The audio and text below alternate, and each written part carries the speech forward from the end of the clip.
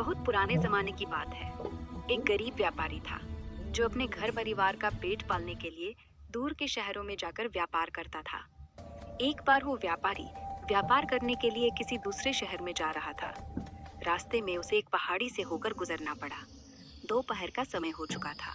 धूप बहुत तेज था।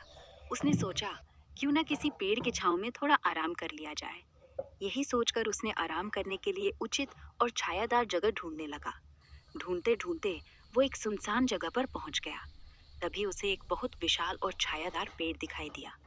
उस व्यापारी को वो जगह थोड़ी अजीब और रहस्यमय लगी, लेकिन उसने उस पर ज्यादा ध्यान नहीं दिया और अपने खच्चर को उस पेड़ के टहनी से बांध दिया और खुद पेड़ की छाया में लेटकर आराम करने लगा। यात्रा के थकान के कारण व्यापारी को जल्द ही नींद आ गई। थोड़ी देर बाद जब उसकी नींद खुली तो उसका खच्चर वहां से गायब था। उसने चारों तरफ नजरें दौड़ाकर देखा तो कहीं भी उसका खच्चर नजर नहीं आया। वो इधर उधर ढूंढने लगा। थोड़ी देर ढूंढने के बाद एक झील के पास उसका खच्चर पानी पीता हुआ दिखाई दिया। व्यापारी ने राहत भरी सांस लिया और वो भी झील के पास जाकर झील से पानी पीने लगा। जैसे ही पानी पीकर उठा तभी उस झील में से एक भयानक झिन्नी निकला। झिन्नी ने उस व्यापारी से कहा, ए आत्मजात, पहले तो तुमने उस दरख्त के नीचे आराम करके मेरे घर को नापाक किया और अब हमारे इस झील का पानी पीकर इसे भी नापाक कर दिया। तुम्हें इस गुस्ताखी का भयंकर सजा मिलेगी। व्यापारी ने झिन्नी से पूछा कि उस पेड़ के नीचे मेरे आराम करने से तुम्हारा घर और इस झील का पानी पीने से ये झील नापाक कैसे हो गया।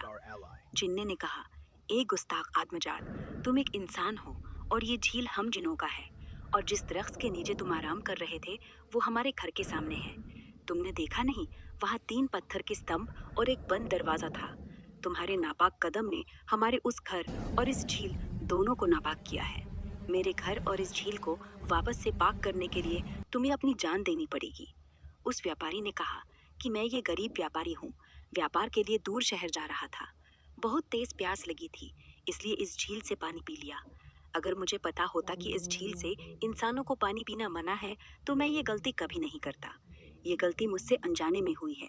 जिन्ने ने कहा कि वो सब मैं नहीं जानता, बुद्ध कर की गई हो या अनजाने में, गलती तो गलती होती है, उसकी सजा तो तुम्हें मिलेगी ही। बता, कैसी मौत मरना पसंद करेगा, आसान मौत या दर्दनाक मौत? बता, जल्दी बता। उस व्यापारी ने बोला कि अगर तेरा यही इच्छा है तो ठीक है, पर इतना तो रहम कर, कम से कम थोड़ा वक्त दे दे ताकि मैं खुद को समझा बुझाकर तेरी सजा भुगतने के लिए अपने आप को तैयार कर सकूं। जिन्ने ने कहा, ठीक है, थोड़ी सी मोहलत देता हूँ, पर याद रहे, भागने के बारे में सोचना भी मत, नहीं तो तुझे